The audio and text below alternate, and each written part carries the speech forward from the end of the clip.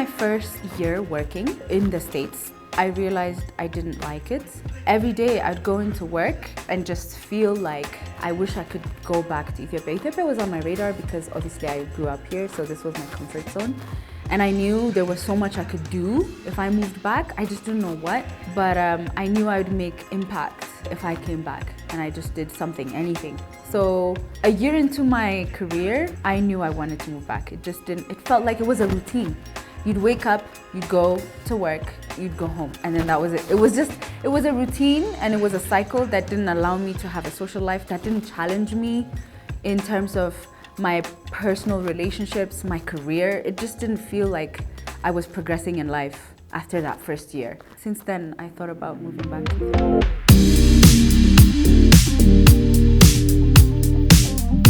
Hi, my name is Hamrawit. I am the founder and owner of Afro Heat Fitness. Afro Heat Fitness is a women's wellness and fitness community. Started off about a year and a half ago here in Addis Ababa, Ethiopia, but we are working towards being a movement in all of Africa.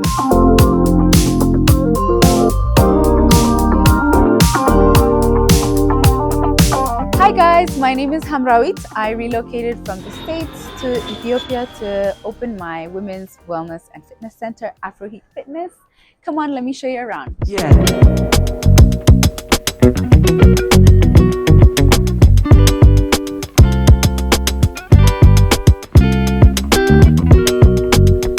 This is our lobby/reception area. We've got some pictures of us throughout the years. You come through here, and this is our main boot camp space where we do strength and conditioning workouts. So we pretty much use free weights for the most part, dumbbells, kettlebells, and functional equipment to run group boot camp style classes in this space. But we also run personal training, mobility classes, and stuff like that. So come upstairs and I'll show you our studio. I don't know if I had an unfortunate situation, but I lived in very cold states. I lived in Minnesota, I lived in Montana, I lived in Washington State, not DC, and I lived in areas where there were not a lot of Black people. The weather was just crap all year round.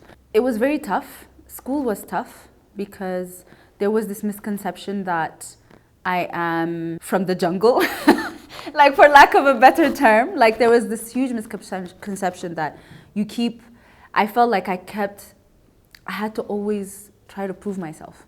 And I didn't know why. Like, why am I always trying to prove myself to people that may never really understand me also? Like, it just felt like even when I was working, I had to be, 3 times better than the people around me to get less of a salary still. Like, it just felt like consistent, trying to fit in somewhere I shouldn't.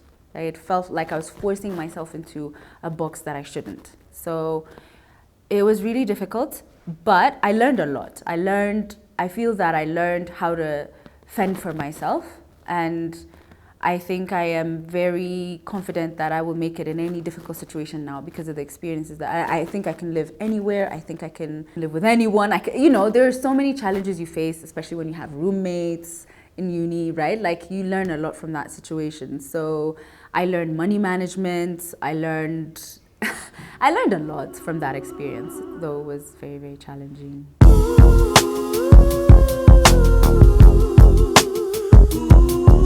Welcome to the Masai studio. This is mainly our dance studio. We also use it for yoga. And as you can see, we have all those different art pieces on the walls.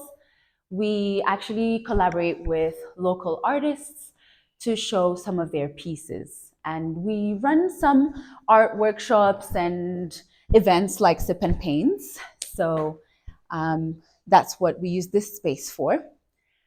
This is the workshop of our artist resident who runs those events. And the main idea for the space is that it's not a gym, it's a wellness center. So we try to have therapeutic activities, arts, crafts, anything that goes along the lines of mental well-being as much as physical well-being. So we come downstairs and I will show you our kickboxing area and our cafe. There was a time that we had cubicles and I was at work and I had a team lead, and we have this small speaker that we take turns playing music, and this one person, my colleague, played a song. It was a rap song and it might have had some profanity, and my team lead, he just turned around and he was like, yo, Hamrawit, can you please turn off that music? Like, he just assumed that I was the one playing this music. And I had no idea what was going on. And I just thought, okay, I don't know why. Maybe I was in my feelings that day. I just thought, I don't want to be here anymore, man. Like, I'm tired of saying, no matter how professional I was being at work, I'm still not being taken seriously. I'm still the one, I'm trying so hard, but still I'm the one that's, lacking somehow. So I thought to myself, nah, I'm done. Like, I'm done. So I started really looking into what could I do if I was to leave or like move back, quit, do something, but yeah.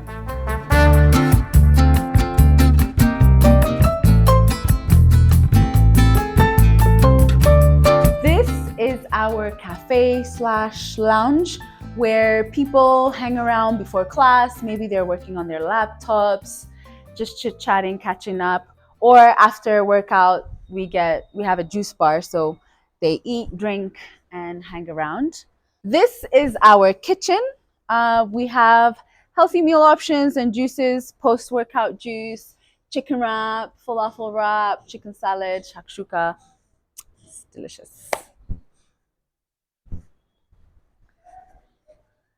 Then we come to our kickboxing area. This is where we run kickboxing classes simultaneously with the strength classes over there.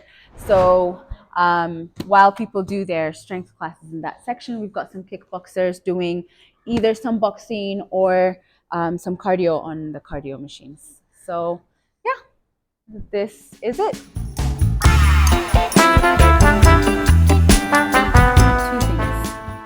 I was running away from being imprisoned financially because I kind of understood how the credit system worked.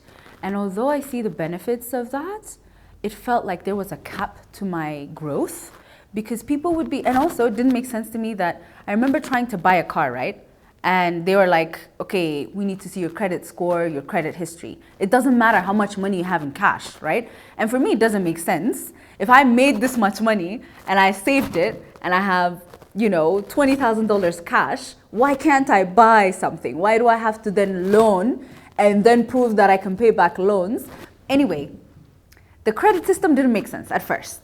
And I thought to myself, if I stay here longer than I anticipate, it might be difficult to get out of that system because, I realized if I wanted to have a bigger credit score, I'd have to get in debt.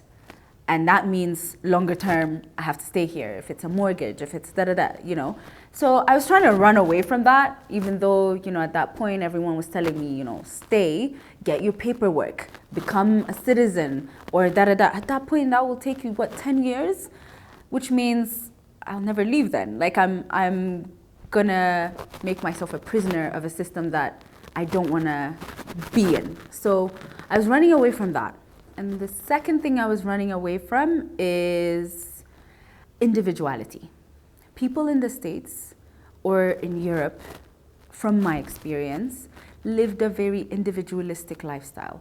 And I was used to a community, like growing up, maybe the neighbors will watch your kids, maybe I'm hanging out with, I don't know, there was such a sense of community that say you have a loss in your family, people are gonna come to you for at least the entire first month.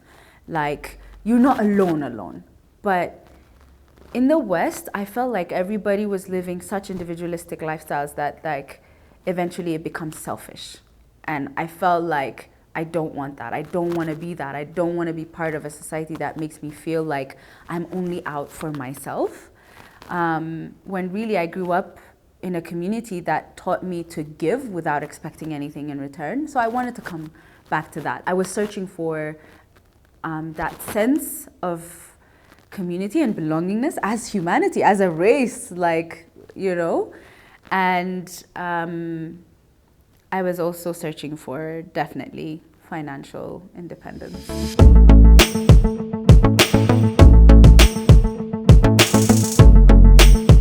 Now we are going to our sauna room. The sauna room is called the Dalol room. Do you know where Dalol is? It's the hottest place on earth. It's in Afar. That's the Dalol. So this is our sauna room. Our ladies can enjoy. We also have a massage bed, so I'm gonna try and fit in here. It smells nice. Okay. And it has its own shower. Lastly, remember how I told you that I also live in this establishment? That's the door to my living corners, but it's out of commission because it's messy.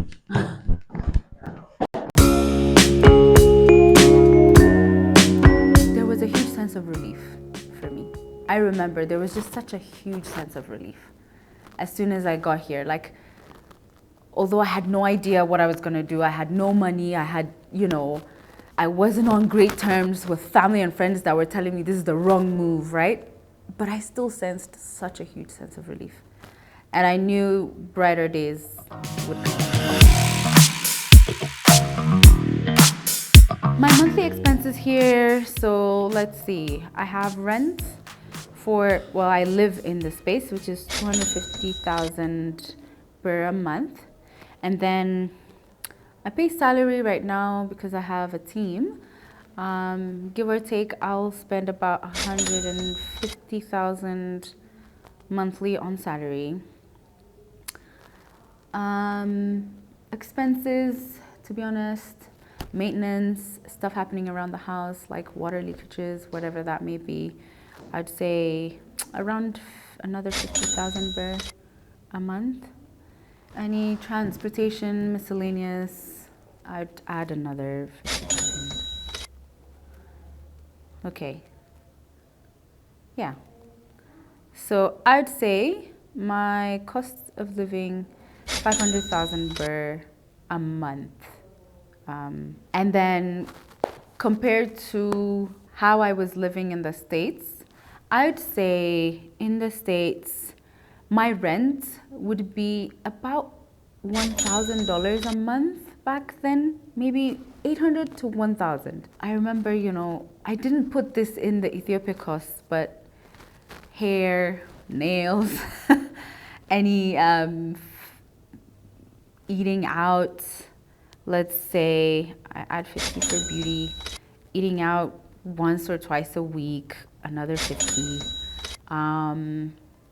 Maybe I used to shop, another like $100 a month.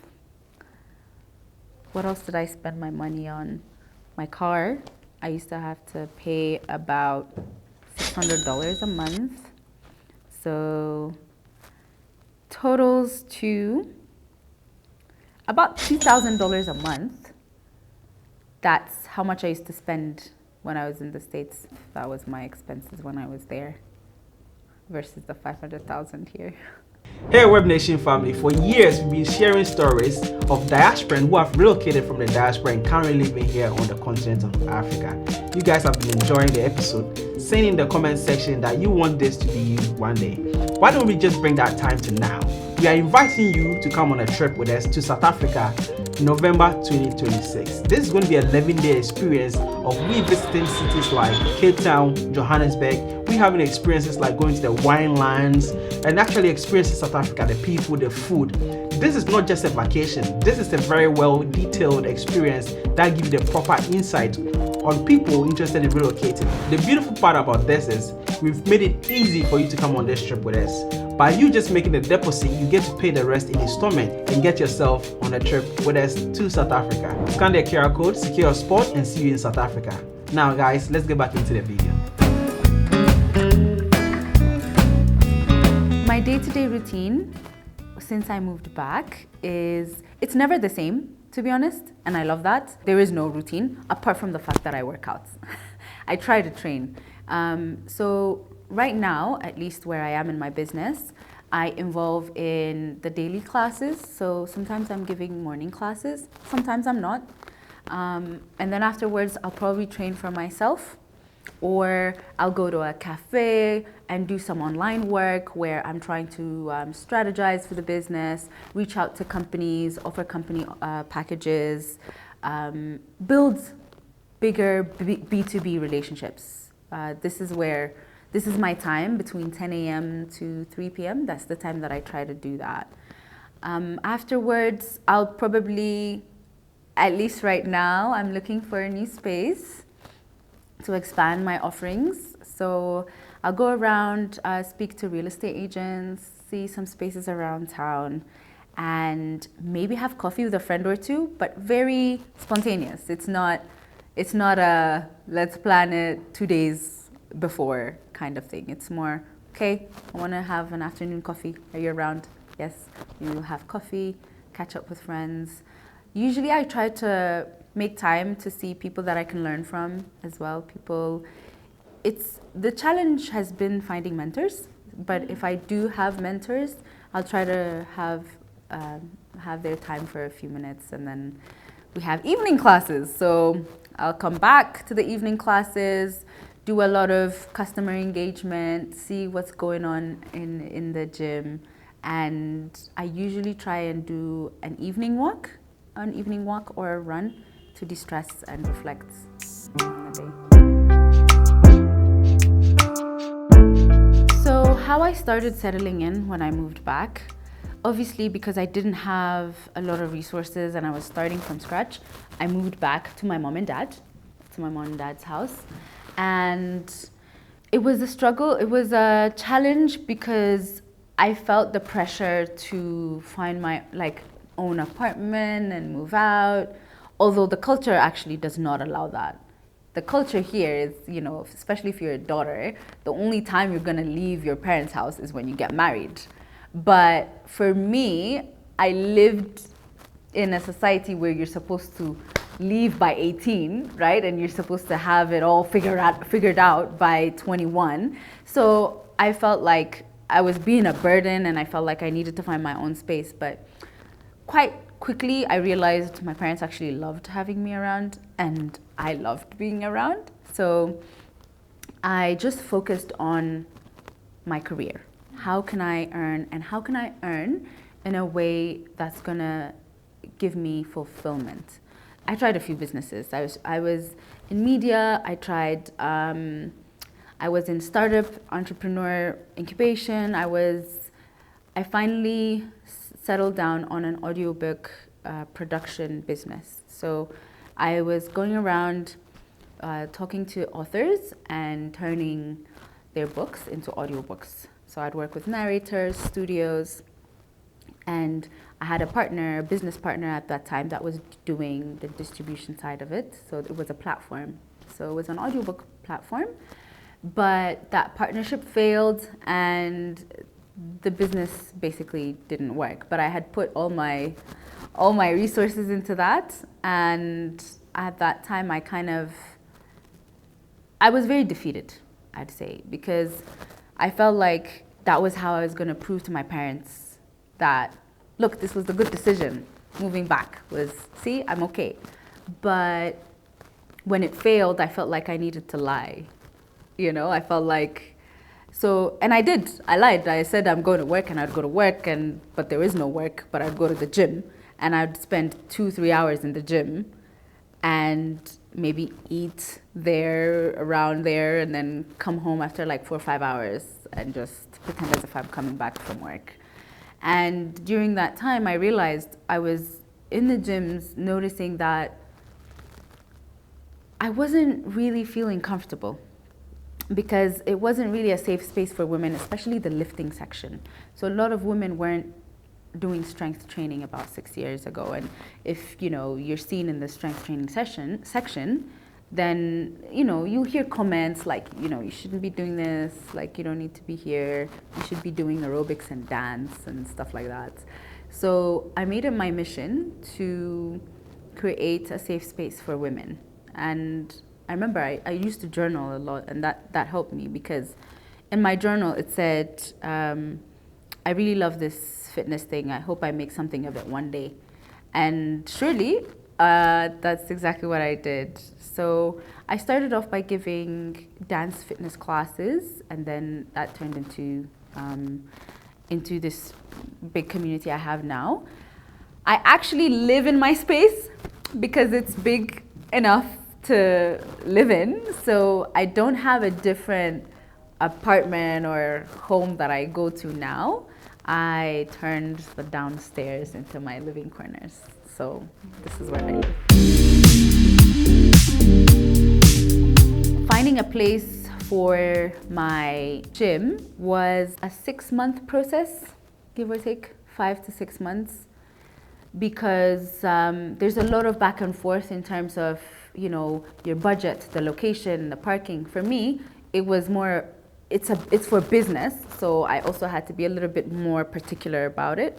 But it was a very tedious process, not gonna lie. It was really tedious because you can't scroll through an app, a property app or something. That's what we would do in the States, right? This is where expectation versus reality comes in. So I told myself that, like, okay, it's not going to be a straightforward process. So I gave myself some time there. But you have to work with brokers here. That was a very frustrating process because what happens is, like, you'll end up talking to maybe 5 brokers, and all of them are going to be calling you nonstop to see spaces, and it was a bit of an exhausting process, to be honest. But now I'm doing it for the second time, and I've learned a lot from that. And I've learned, okay, you work with the right broker, and you what do you call it, narrow it down to exactly where you want to find the space and exactly what range you have for your budget, and it will be less frustrating. Initially, my investment was made in bits and pieces because all the money didn't come in at first. So I'd buy like small equipment here and there, like 2 sets of dumbbells here, 3 sets of kettlebells there. So money-wise, I mean, gym equipment is actually really, really expensive because it's imported. And so it's double the price that you would get if you were in the States. So per kg, I used to pay 1,200 birr. So if I want like 12 kg dumbbells, that's 15,000 birr.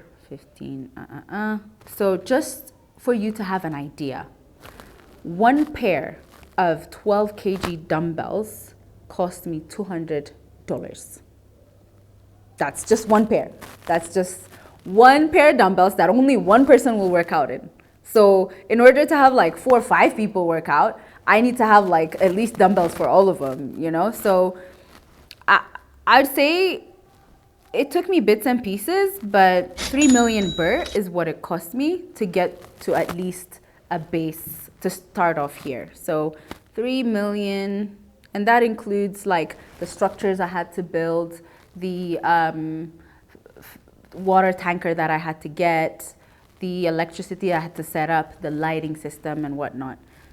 About $19,000 to start in pieces, not at once, but in pieces. That's how much it cost me.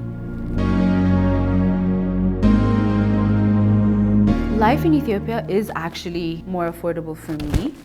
Again, you make less, but you spend a little bit less on things. Of course, when you look at shopping and some of the things that are imported, they tend to be much more expensive. But in general, eating out, for example, eating healthy. You know, I remember thinking, oh my gosh, why am I spending so much on avocados? When you buy like healthy organic food, you're spending a lot on groceries. And here, I find that, you know, the important things actually are reasonably priced for me. So yes, I do find that living here is much more economically friendly and the way I want it to be. So the annual revenue of my business, when I first started, let's say I was about, 20 members tops. So 20 times 10,000. I'm making, my first year, I made about 3 million birr. And my second year in business, I made about 7 to 8 million birr, which is, I almost really tripled it at that point. Right now, do you want to know what my business is making right now? Okay, as of now I'm about close to $78,000 a year. My projections are about triple, quadruple this for the next year.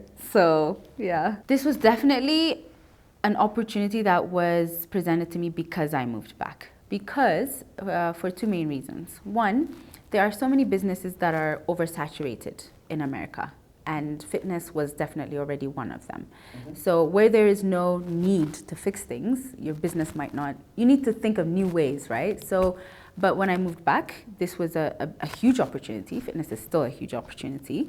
So America was definitely saturated in the fitness business, but here there's still lots of opportunities. So granted, now I feel that wherever I go, I think I have a great platform already and a great need for women's fitness. So I think I'll succeed anywhere, truly. But this initial growth was because the need was here. So yes, it's definitely something that was presented to me here.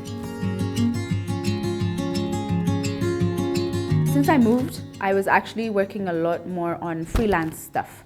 So one-off projects. It might not be consistent income, whereas when I was in the States, I'm going to work and I'm making consistent income every month. But here, I might do one big project with this company that makes me a good bulk of income for like maybe 3 months. And that kind of helps you through the down times of business, right? So I don't consistently make a consistent amount of money. And that's how it's been different. So sometimes you make a lot, and then sometimes you make small, and you kind of...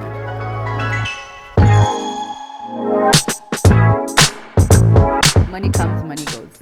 Like, I've learned that because, I was in a situation where I had no idea how I was even gonna move into a new space. I was giving my boot camp services in my backyard, so it was a small area. And, you learn that you might lose all your money, but you'll make all your money again. I don't know. I learned to not think from a point of what I already have. So, for example, if I'm looking at a space now, I don't look at my budget only and say, oh my gosh, this isn't something I can afford. I can't get this place. That's not how I think anymore. I think it doesn't matter how I'm going to make the money. I'm going to make it somehow. Say I have the money. What place would I want to get?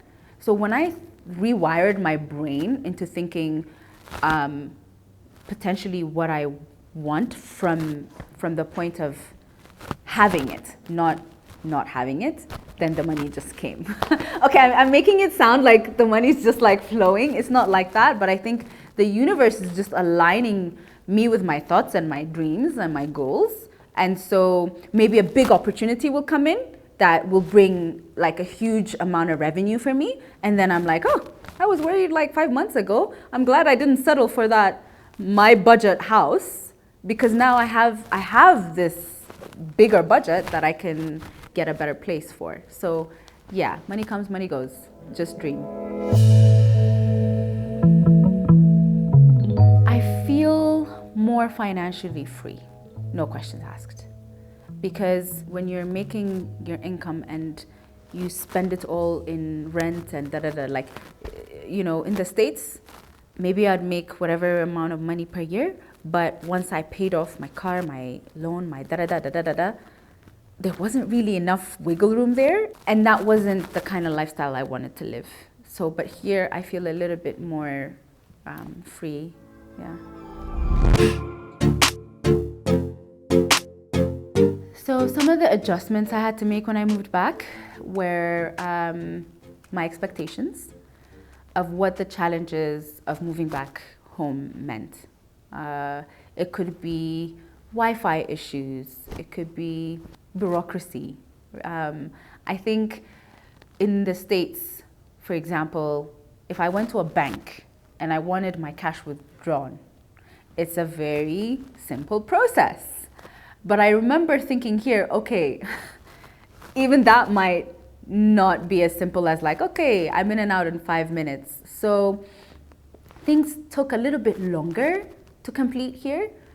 And I found that a lot of my diaspora friends would be very frustrated with that. Like, oh my God, I just wanted this paperwork done by now. And then they'd be really frustrated. But once I adjusted that, okay, my timeline to get this thing done isn't today, it will be 2 weeks, then I'm okay. So I remember thinking, yeah, okay, completion time for some things. Life felt very much slower paced in Ethiopia rather than the States. So I learned to appreciate it actually. Like, where are we running? Why are we? Now I think, what's going on, guys? It's okay, we can chill. But the good thing about me living in the States is I also have a sense of like, I have an aim, I have a goal, I'm also working towards that. I'm not so laid back that I'm not doing nothing all day, right? Like, it's not like that. But it gives you a sense of calm down. Things will happen in their own pace.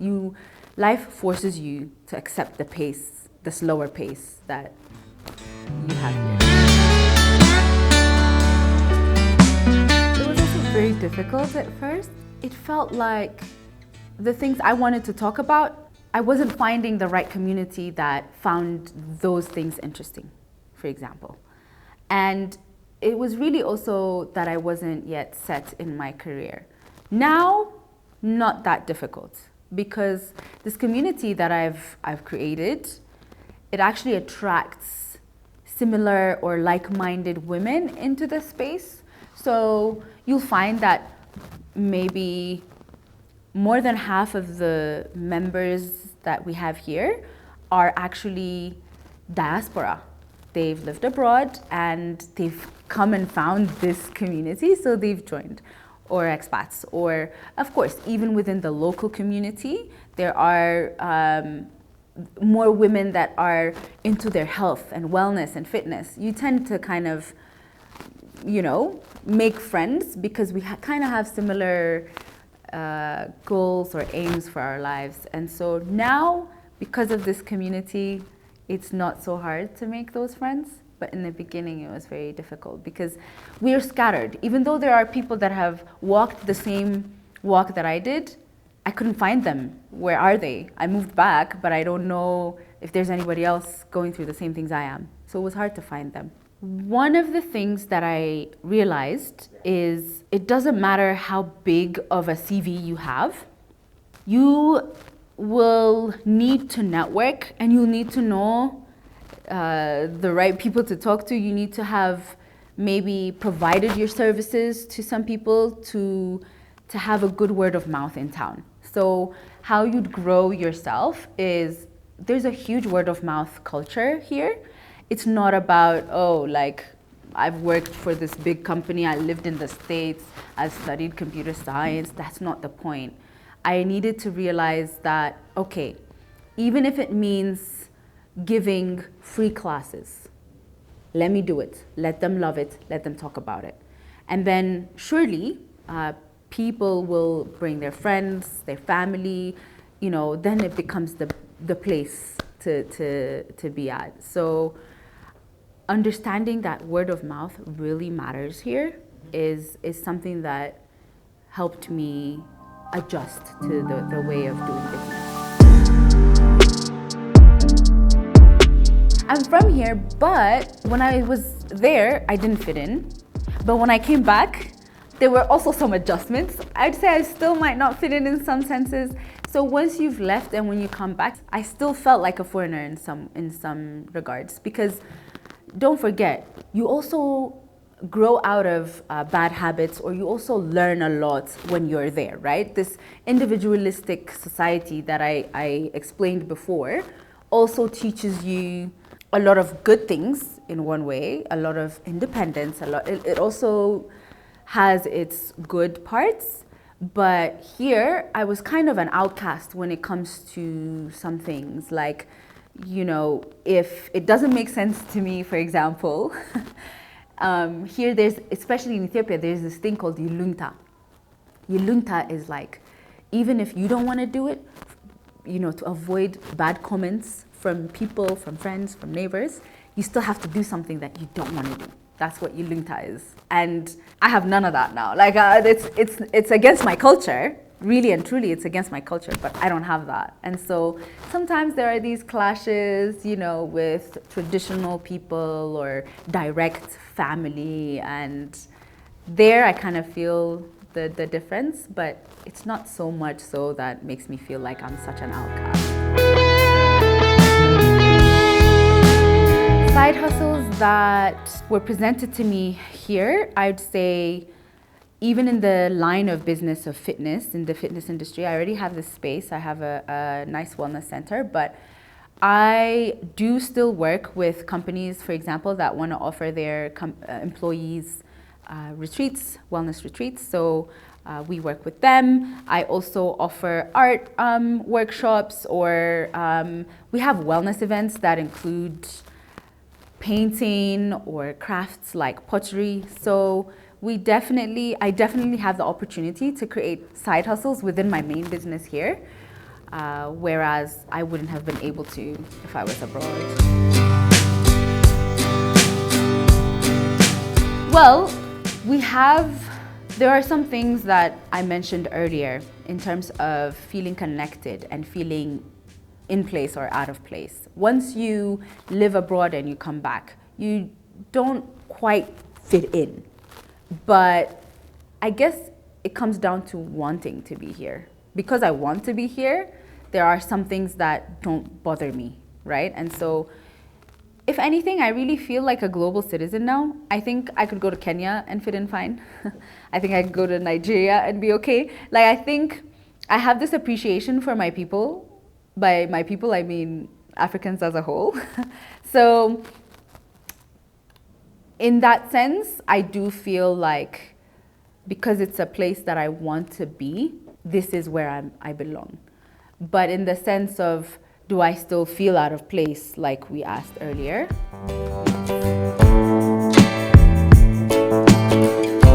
I love the sense of community here. Especially during tough times. I think the more I live, the more I see, you know, loss or sickness, or the more these things happen, you realize you always want someone around you. But it doesn't necessarily mean in bad times only, right? Like, even when you start a family, for example, the lifestyle we used to live in the States, it's not gonna allow me to have a nanny, and, you know, that entire lifestyle is near impossible. But here, it's not a statement of wealth, the fact that you have someone that's, you know, cooking for you, or a nanny that's looking after your kids. These are actual legitimate job opportunities for people here. It's an earning mechanism, and they make a good living out of that as well. So when we're in the States, you have to be filthy, filthy rich in order to have that kind of help around the house, you know? And I think here, because you can have that kind of help, it also creates that sense of community, and like, you're not doing life by yourself. So, yeah.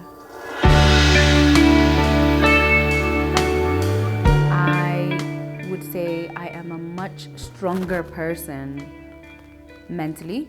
I have much more resilience than I used to. I also have much more patience when it comes to some things. Some things I'm more patient now. Some things I'm a bit more impatient, because when you're an entrepreneur, you want things to go like the speed of, light. But when things don't move like that, you kind of develop an impatience, but it's good impatience. It's not bad impatience, right?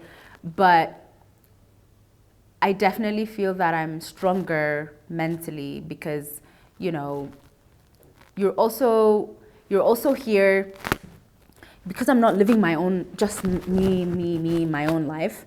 I also see, people around me, and you're always forced to do better, not just for yourself, but for people around you as well. And so that kind of developed a lot of resilience, and I'd say it made me such a strong person. If you think of moving back to either Ethiopia or anywhere on the continent, it will help a lot if you forget the States even existed. That's no longer an option for me. That's how I made it work for me. I think every time we know that we have an out, we tend to, our brain will just confuse us and will tell us to quit sooner than we should. As an entrepreneur now, I am also a fan of understanding when something fails. Don't be too heartbroken, yeah? It might be your 5th or 6th business venture, but at the same time, when you are trying one thing, give it your best. Think your life depends on it. You have nowhere else to go. You can't go back to the States, so you have to make it work here. Then after you play all your cards, if you see that, okay, nah, then you decide, okay, let's move, yeah? So I'd say give your mind full focus on one thing to make it work. I would tell myself, honey, just the fact that you've thought about it means it's going to happen. So don't panic. You're on the way. Like, I am living proof of you living your dreams then. So I used to panic a lot, thinking, oh my gosh, this isn't gonna work. Oh my gosh, this isn't gonna happen. I tell her, you've thought about it, it means it will happen. Just let it happen, don't panic. Move back home, man. That's my final message, especially if you've always wanted to. Of course, sometimes there are people that enjoy it in the States or the UK. You might love it, right? But if you are among the people that day in, day out, you think, man, eventually I want to move back. I want to retire in Ethiopia, or I want to move back. Don't wait until you're 60, until you're 70.